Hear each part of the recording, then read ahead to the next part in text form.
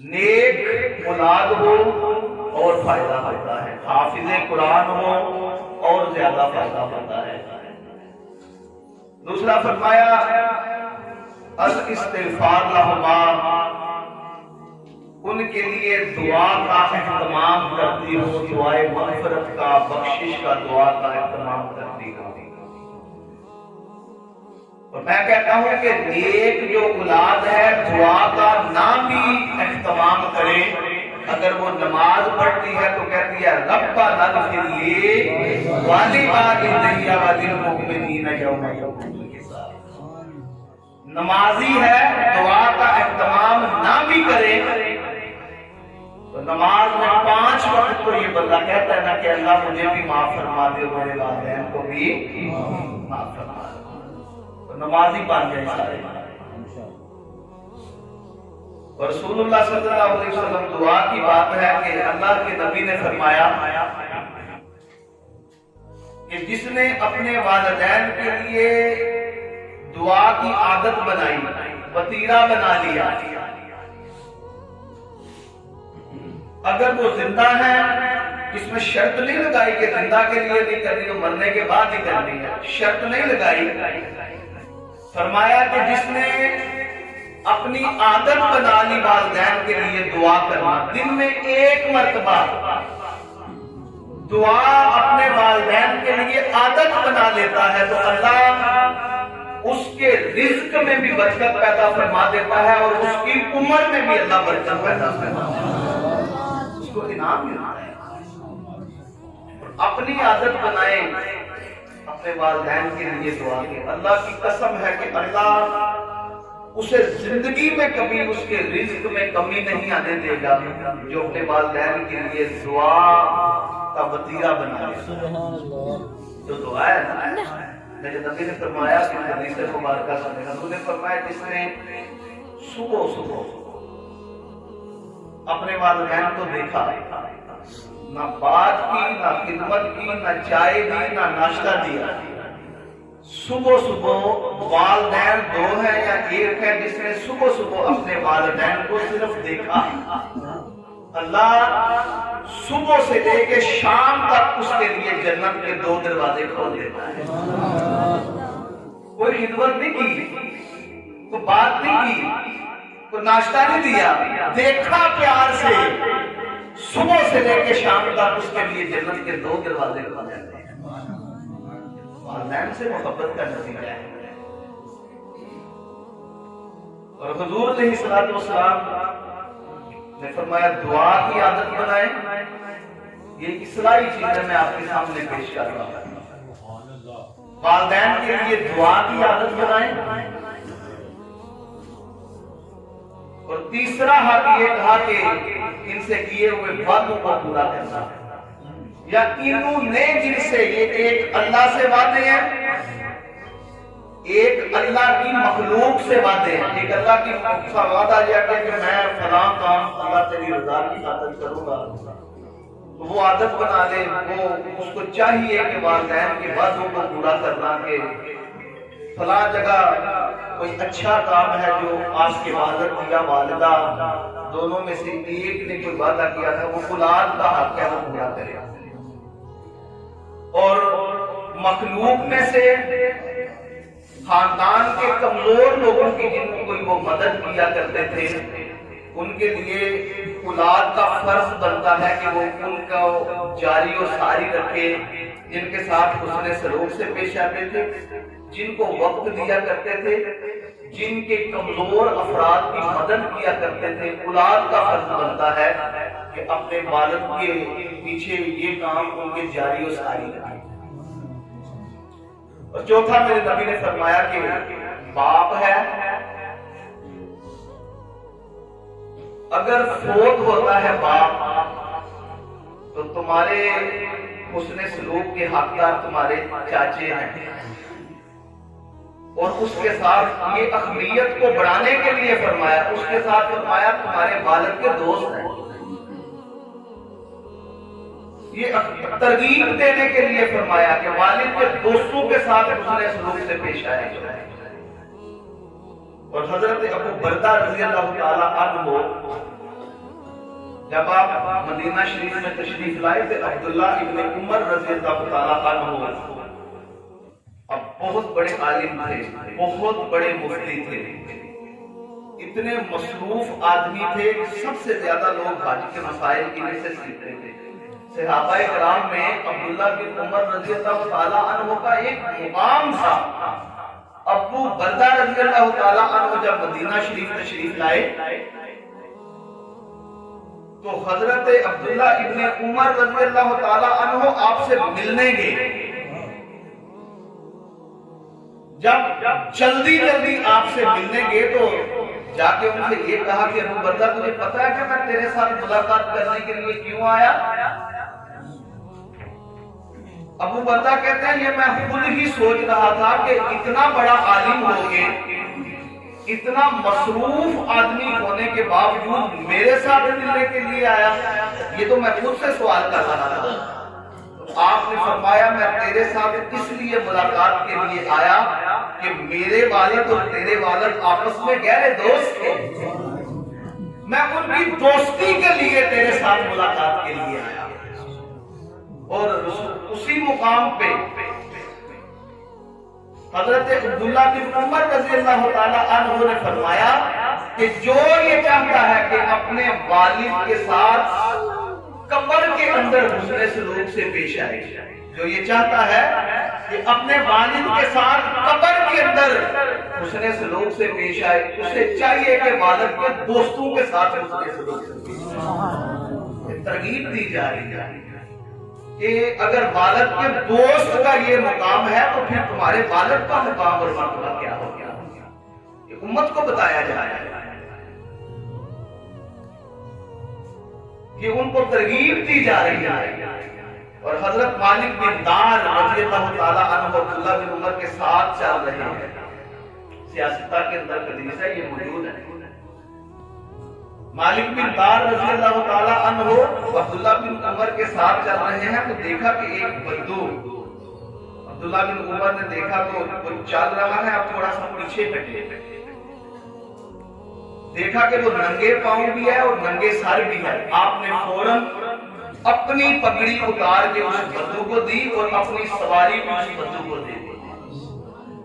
مالک بن دار نے عرض کی یہ بدو تھا، تھوڑا سا نذرانہ لے کے بھی خوش ہو سکتا تھا، آپ نے اتنا اہتمام کیا، اس کو اپنی پگڑی بھی دے دی، اس کو سواری بھی دے دی، اسے تھوڑا بھی دیتے تو خوش ہو جاتا۔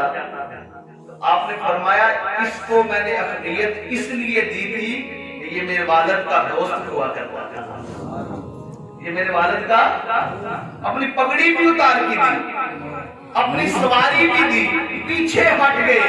کیوں؟ رسول اللہ صلی اللہ علیہ وسلم نے فرمایا کہ لوگوں، اور عبداللہ بن مسعود رضی اللہ تعالیٰ عنہ اپنے باپ کے ساتھ چل رہے تھے، آواز ہوئی کہ عبداللہ میری بات سنا۔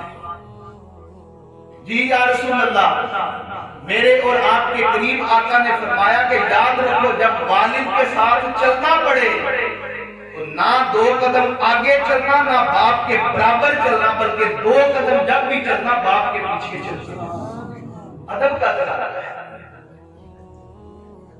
اور حضرت علی رضی اللہ تعالیٰ عنہ سے کسی نے پوچھا کہ تیرا بیٹا حسن کیسا ہے؟ امام حسین کا تو مقام ہی بڑا ہے، امام حسن کا مقام ہی بڑا ہے، حسین کا یہ پنجتن کا مقام ہی بڑا ہے۔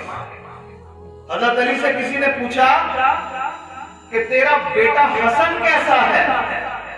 آپ نے فرمایا میرا بیٹا حسن جو ہے وہ اتنا تابعدار ہے کہ جب ہم دونوں بات کر رہے ہوں تو کبھی بات مجھ سے پہلے نہیں کرتا، جب ہم کبھی کھانا کھا رہے ہوں تو کبھی لقمہ اپنے منہ میں مجھ سے پہلے نہیں ڈالتا، جب ہم چل رہے ہوں تو کبھی مجھ سے کبھی آگے نہیں چلا، جب میں بیٹھتا ہوں تو کبھی مجھ سے پہلے نہیں بیٹھا، اور جب میں لیٹتا ہوں تو کبھی چھت پہ نہیں چڑھا، میرا احترام کرتا ہے، والد کا احترام ہے، جو دین نے سکھایا ہے، جو رسول اللہ صلی اللہ علیہ وسلم کی شریعت نے بتایا ہے، تمہارے والدین کا بڑا مقام ہے یار۔ یہ ان لوگوں کے لیے جو یہ کہہ دیتے ہیں جی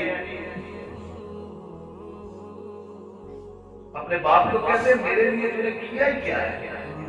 اللہ اکبر، تجھے پتا نہیں کہ اس نے تیرے لیے کیا کیا کیا ہے، تجھے پتا ہی نہیں اس نے تیرے لیے کیا کیا کیا ہے۔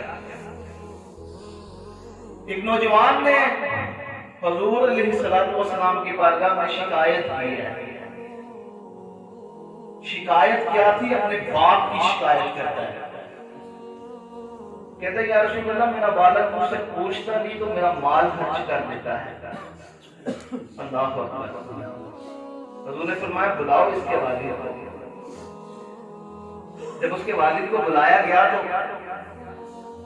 شکایت جب لگائی کہ میرا بیٹا یہ شکایت کرتا ہے تو بڑا دکھ ہوا اپنے بیٹے پہ، بڑی تکلیف ہوئی۔ چند اشعار اس کے دل میں اٹھے، زبان پہ نہیں لایا، نہ ہونٹوں پہ آئے نہ زبان پہ آئے، اس کے دل میں چند اشعار اٹھے۔ اس کے دل کی آواز کو میرے اللہ نے عرش پہ بیٹھ کے سن لیا۔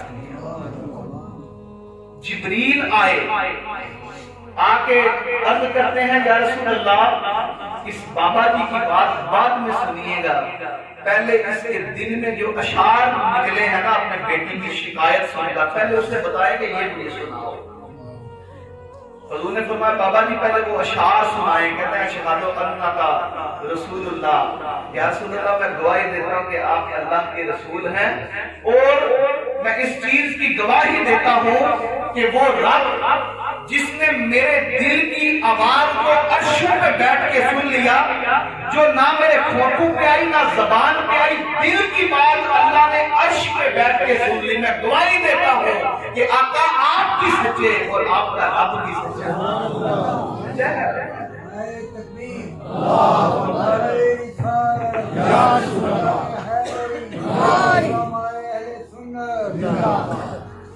آپ کا رب سچا ہے، میری دل کی آواز اس نے عرش پہ سن لی ہے۔ شیر کیا تھے؟ اللہ اکبر۔ وہ بوڑھا لاٹھی یہ کمر جھکی ہے اس نے، حضور کو کہتا ہے یا رسول اللہ جب یہ پیدا ہوا تھا میں نے اپنے لیے جینا چھوڑ دیا، میری زندگی کی تکمیل کا مقصد میرے بیٹے کی پرورش کرنی، میں نے جینا چھوڑ دیا۔ اور آقا اس کو ٹھنڈی چھاؤں میں بٹھانے کے لیے خود میں گرم ہواؤں سے لڑتا رہا، محنت کرتا رہا، مزدوری کرتا رہا، اس کو ٹھنڈی راتوں سے بچانے کے لیے کوئی میں برفانی راتوں سے لڑتا رہا۔ وقت گزرتا گیا، یہ حضور کو وہ دل کی بات میں یا سنتا جب یہ پیدا ہوا تو میں نے اپنے لیے جینا چھوڑ دیا تھا، میری زندگی کی تکمیل کا مقصد میرے بیٹے کی پرورش تھی۔ وقت گزرتا گیا، میں بوڑھا ہوتا گیا، یہ جوان ہوتا گیا، میری ٹانگیں لڑکھڑانا شروع ہو گئی، اس کی ٹانگیں مضبوط ہونا شروع ہو گئی، میری کمر ٹیڑھا ہونا شروع ہو گئی، اس کی کمر سیدھی ہونا شروع ہو گئی۔ دل کی بات جو اللہ سے میرا حضور کو بتا رہا ہے، کہتے ہیں یا رسول اللہ میری زندگی کا مقصد اس کی پرورش تھی، میں نے اپنے لیے جینا ہی چھوڑ دیا، میں نے سارا مال اس کے اوپر خرچ کر دیا، یہ بڑھتا گیا، میں بوڑھا ہوتا گیا، میرے ہاتھ کانپنا شروع ہو گئے، اس کے بازوؤں میں مضبوطی آنا شروع ہو گئی۔ جب اس نے اپنی زندگی کے رنگ دیکھے، میں نے تو اپنی ساری زندگی کا جو رنگ ہے اس میں گول دیا، میرا بڑھاپے کا رنگ آ گیا، اس کی جوانی کا رنگ چھا گیا۔ یا رسول اللہ اب جب میں اس سے کوئی چیز مانگتا ہوں تو آقا یہ میرے ساتھ ایسے بات کرتا ہے جس طرح کوئی مالک اپنے نوکر کے ساتھ بات کرتا ہے، کہ دل سے رو کے بات کر رہا ہے۔ آقا میرے ساتھ جب یہ بات کرتا ہے تو دل ٹوٹ جاتا ہے، اور مجھے یوں محسوس ہوتا ہے کہ میں اس کا باپ نہیں بلکہ یہ میرا مالک ہے اور میں اس کا نوکر ہوں، کیونکہ